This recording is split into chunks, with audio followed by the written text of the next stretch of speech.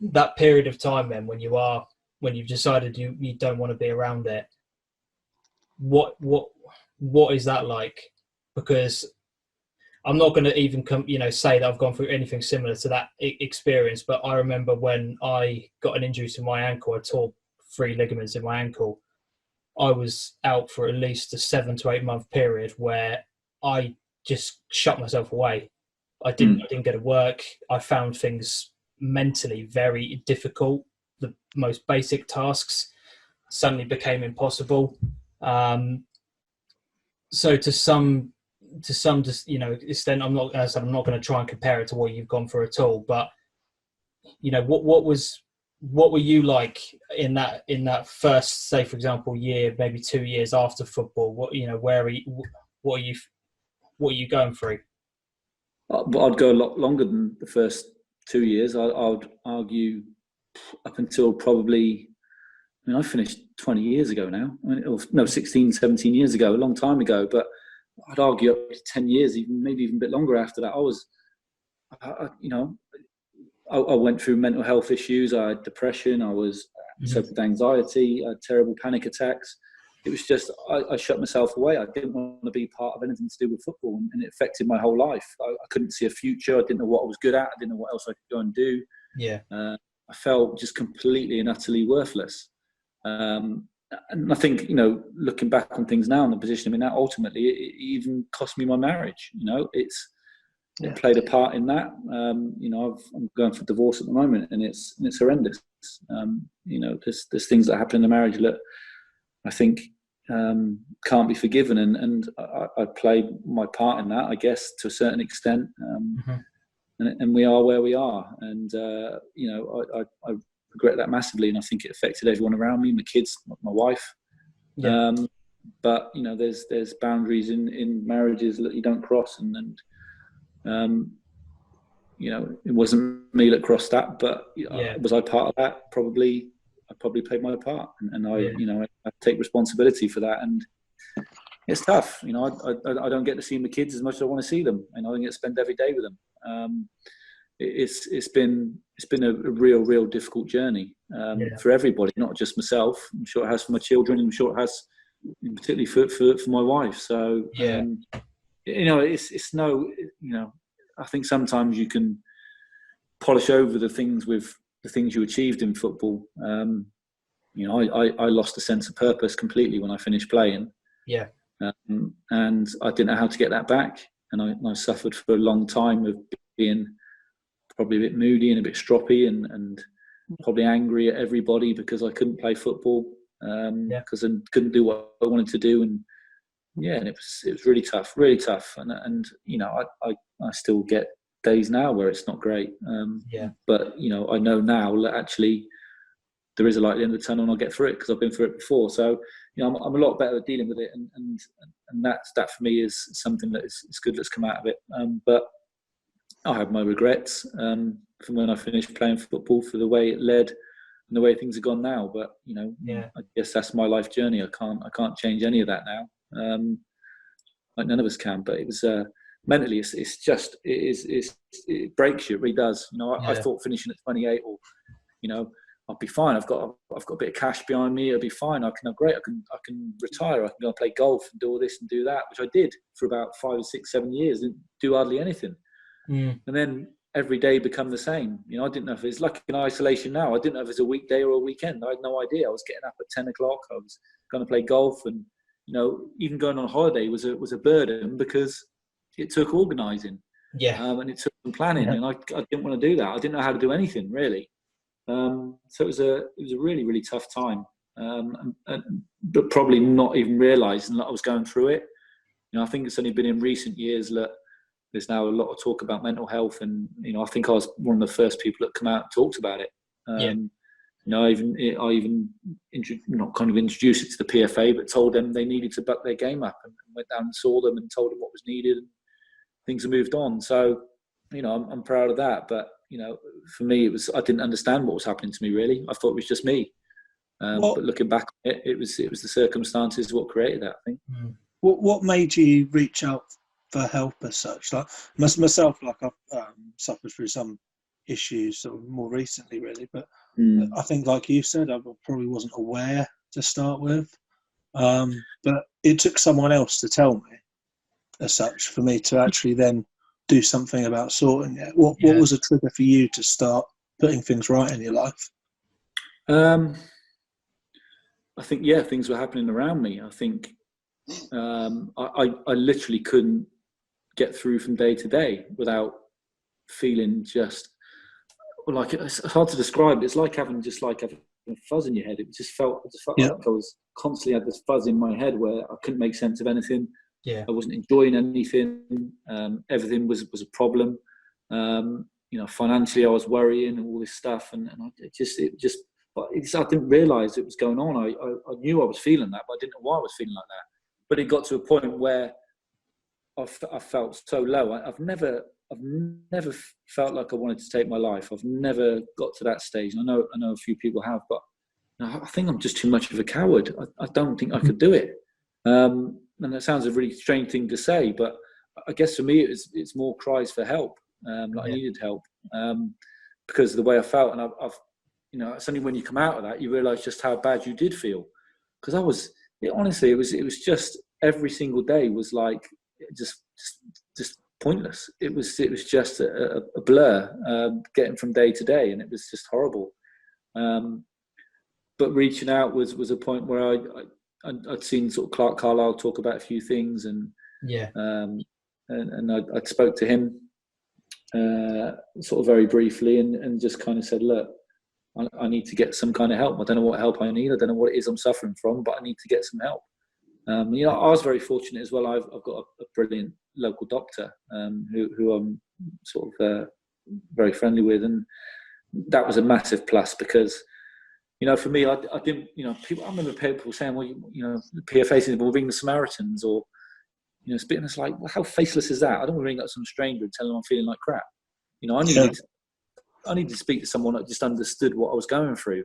And there wasn't anyone to talk to like that, really. Clark Carlisle was probably the only one at the time that had even mentioned it. And he was kind of getting overwhelmed by it himself. So it was like, who do I go to? Yeah. I didn't want to speak to a professional psychiatrist because I didn't want to be judged. I wanted to just speak to someone over a coffee and tell them how I felt. And that's ultimately what I did in the end. And just beginning that process of talking about it was a massive weight off. It was just like the realization of actually, people say about criminals when they actually admit they've done something wrong, it's like a massive weight off their shoulders. And that's what it felt like.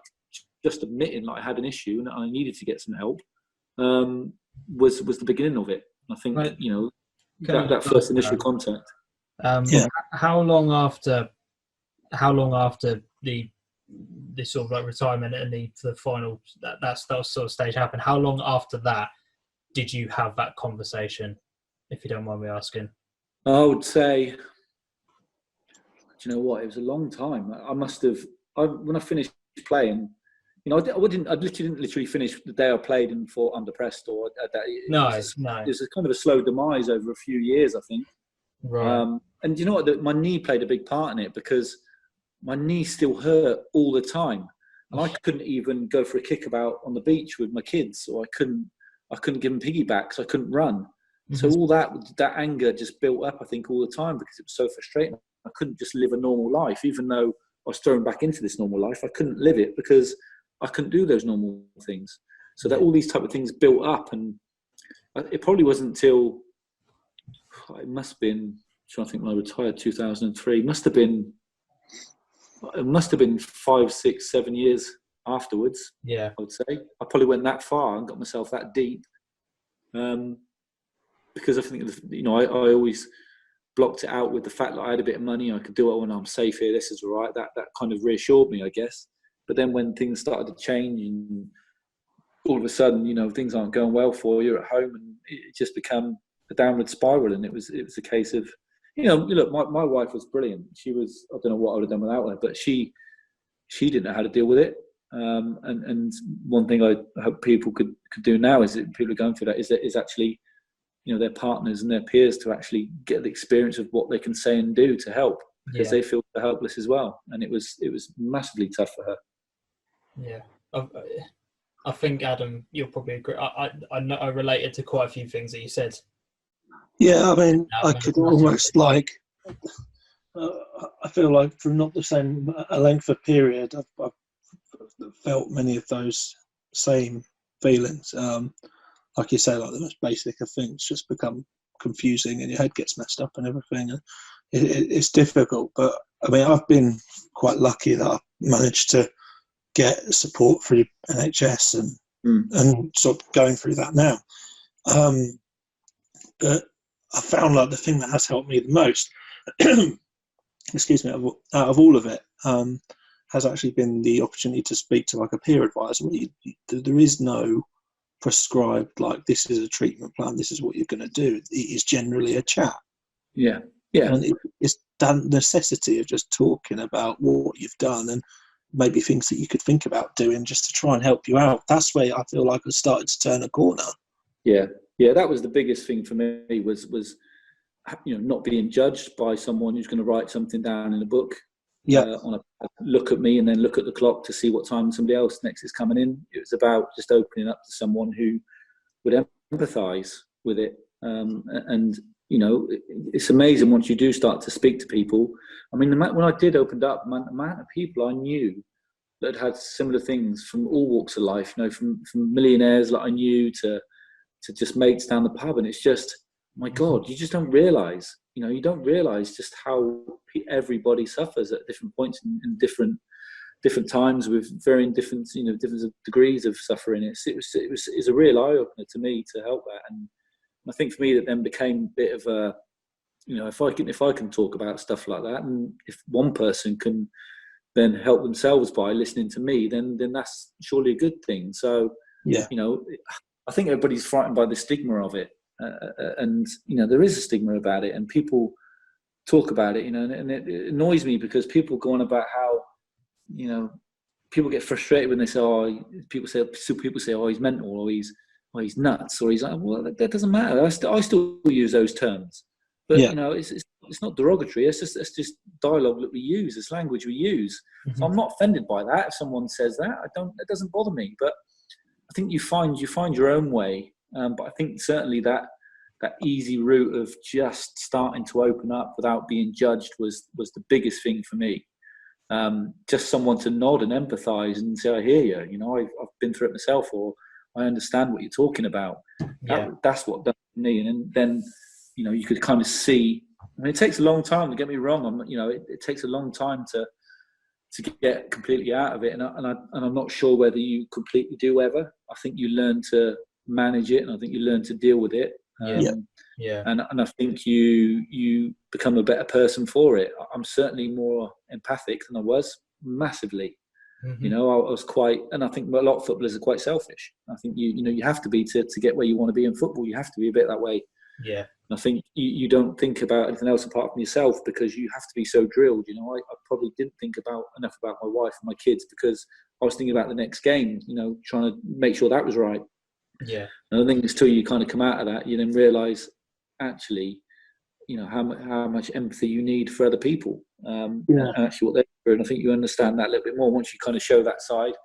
I do. It's ridiculous, honestly. I watch telly now, and if there's like something remotely sad on an advert, I'm nearly in tears. It's just like, my God, my emotions have become so that my emotions are kind of just bubbling under the surface the whole time. That's what it feels like now. I'm kind of really sensitive to other people's emotions and how they feel and how I see stuff on the telly. And I'm kind of proud to say I'm on no medication. I finished about, it must have been 6 months ago now. I started on lots of medication when I finished playing football, and it helped. Do you know what?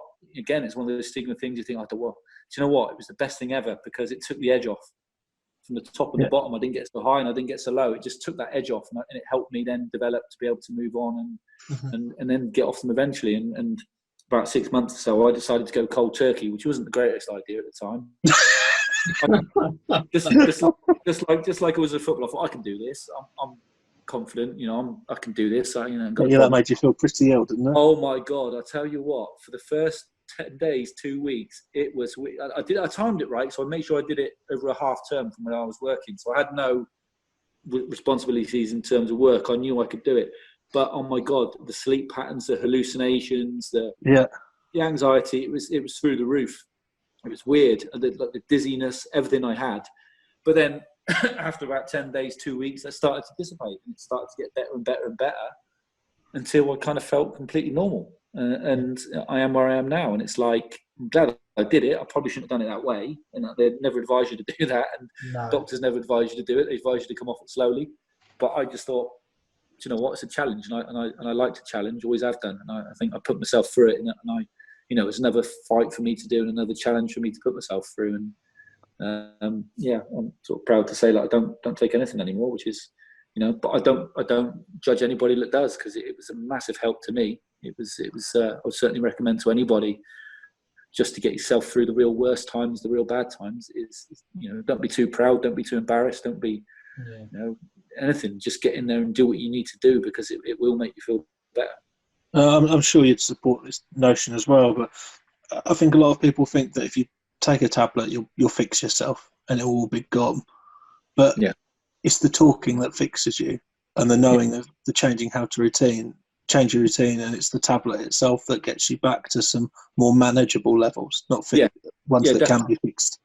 Definitely. I mean, the rationality of it all was horrendous. That for me, in terms of the anxiety, it was just completely irrational. The panic attacks. I look back on it now, and it you know, feels a little bit embarrassing to think why I was panicking and why I was getting so stressed and anxious about those things.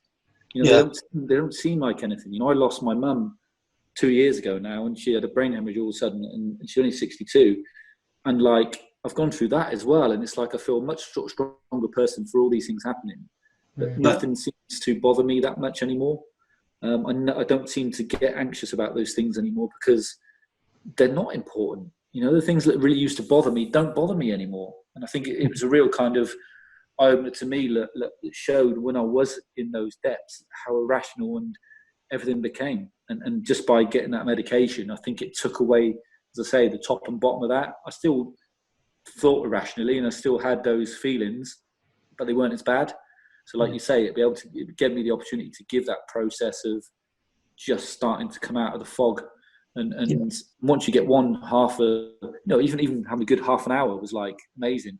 And then all of a sudden it becomes, 45 minutes, and then an hour. And then the next day you're getting 2 hours, or, a week's time you're getting half a day where you feel all right.